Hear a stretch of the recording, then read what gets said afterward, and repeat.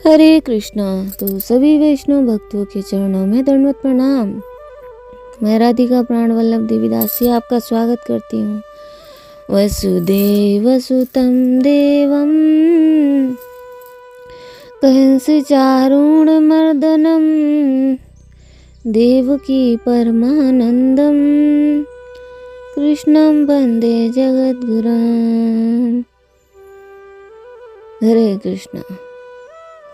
तो श्रीमद् भगवद गीता यथारूप अध्याय 1 श्लोक संख्या 15। तो अभी तक हमने श्लोक संख्या 14 तक सुन लिए हैं इस श्लोक श्रृंखला में, श्रीमद् भगवद गीता श्रृंखला में। तो आज का जो हमारा श्लोक है वो है 15।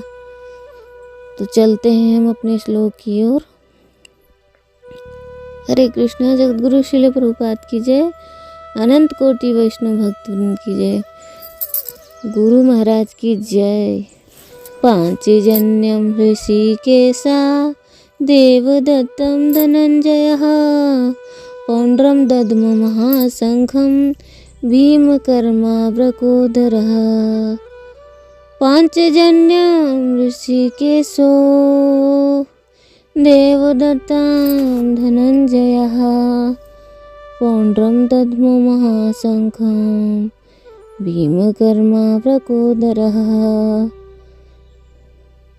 भगवान श्री कृष्ण ने अपना पांचजन्य शंख बजाया। दुर्योधन ने देवदत्त शंख तथा अतिभोजी एवं अतिमानवीय कार्य करने वाले भीम ने पौंड्र नामक शंख बजाया। तात्पर्य शीला प्रभुपाद के द्वारा शीला प्रभुपाद की जय। तात्पर्य इस श्लोक में भगवान कृष्ण को ऋषिकेश कहा गया है क्योंकि वे ही समस्त इंद्रियों के स्वामी हैं। सारे जीव उनके भिन्नांश हैं, अतः जीवों की इंद्रियां भी उनकी इंद्रियों के अंश हैं। चूँकि निर्विशेषवादी जीवों की इंद्रियों का कारण बताने में असमर्थ हैं, इसीलिए वे जीवों को इंद्रियां रहित या निर्विशेष कहने के लिए उत्सुक रहते हैं। भगवान समस्त जीवों के हृदय में स्थित होकर उनकी इंद्रियों का निर्देशन करते हैं, किंतु वे इस तरह निर्देशन करते हैं कि जीव उनकी शरण ग्रहण कर ले और विशुद्ध भक्त की इंद्रियों का तो वे प्रत्यक्ष निर्देशन करते हैं। यहाँ कुरुक्षेत्र की युद्ध भूमि में भगवान श्री कृष्ण अर्जुन की दिव्य इंद्रियों का निर्देशन करते हैं, इसीलिए उनको ऋषिकेश कहा गया है। भगवान के विविध कार्यों के अनुसार उनके भिन्न भिन्न नाम हैं। उदाहरणार्थ इनका नाम मधुसूदन है क्योंकि उन्होंने मधु नाम के असुर को मारा था। वे गौओं तथा इंद्रियों को आनंद देने के कारण गोविंद कहलाते हैं। वसुदेव के पुत्र होने के कारण इनका नाम वासुदेव है। देवकी को माता रूप में स्वीकार करने के कारण इनका नाम देवकी नंदन है। वृंदावन में यशोदा के साथ बाल लीलाएं करने के कारण ये यशोदा नंदन है। अपने मित्र अर्जुन का निर्देशन किया,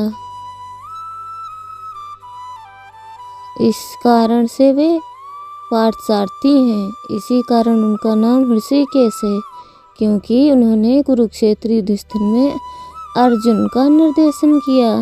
इस श्लोक में अर्जुन को धनंजय कहा गया है क्योंकि जब इनके बड़े भाई को विभिन्न यज्ञ संपन्न करने के लिए धन की आवश्यकता हुई थी तो उसे प्राप्त करने में उन्होंने सहायता की थी। इसी प्रकार भीम वृकोदर कहलाते हैं क्योंकि जैसे वे अधिक खाते हैं उसी प्रकार वे अतिमानवीय कार्य करने वाले हैं। जैसे हिडिंबासुर का वध तथा पांडवों के पक्ष में अतिमानवीय कार्य करने वाले हैं। अतः पांडवों के पक्ष में श्री कृष्ण इत्यादि विभिन्न व्यक्तियों द्वारा विशेष प्रकार के शंख बजाया जाना युद्ध करने वाले सैनिकों के लिए अत्यंत प्रेरणाप्रद था। विपक्ष में ऐसा कुछ न था, न तो परम निर्देशक भगवान कृष्ण थे, न ही भाग्य की देवी श्री लक्ष्मी थी। अतः युद्ध में उनकी पराजय पूर्ण निश्चित थी। शंखों की ध्वनि मानो यही संदेश दे रही थी।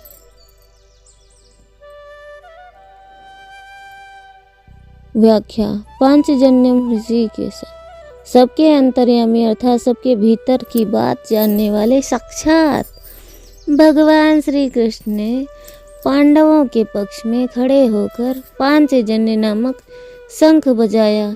भगवान ने पंचजन नामक शंख रूपधारी दैत्य को मारकर उनको शंख रूप से ग्रहण किया था। इसीलिए इस शंख का नाम पांचजन्य हो गया। देवदत्तम धनंजय, राजसूय यज्ञ के समय अर्जुन ने बहुत से राजाओं को जीतकर बहुत धन इकट्ठा किया था। इस कारण अर्जुन का नाम धनंजय पड़ा।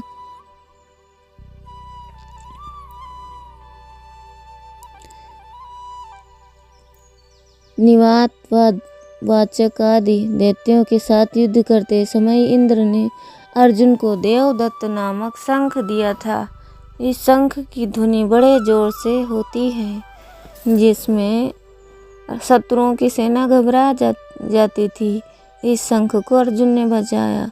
पौंड्रम दध्मो महाशंखम भीमकर्मा व्रकोदरः, इडिम्बासुर बकासुर जटासुरादि असुरो तथा कीचक जरासंध आदि बलवान वीर को मारने के कारण भीमसेन का नाम भीमकर्मा पड़ा।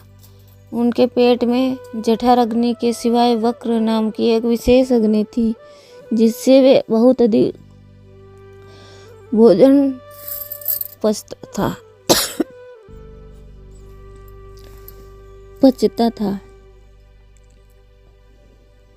इस कारण उनका नाम व्रकोदर पड़ गया। ऐसे भीमकर्मा व्रकोदर भीमसेन से बहुत बड़े आकार वाला पौंड्र नामक शंख बजाया। तो हरे कृष्णा, आज का श्लोक पूर्ण हुआ।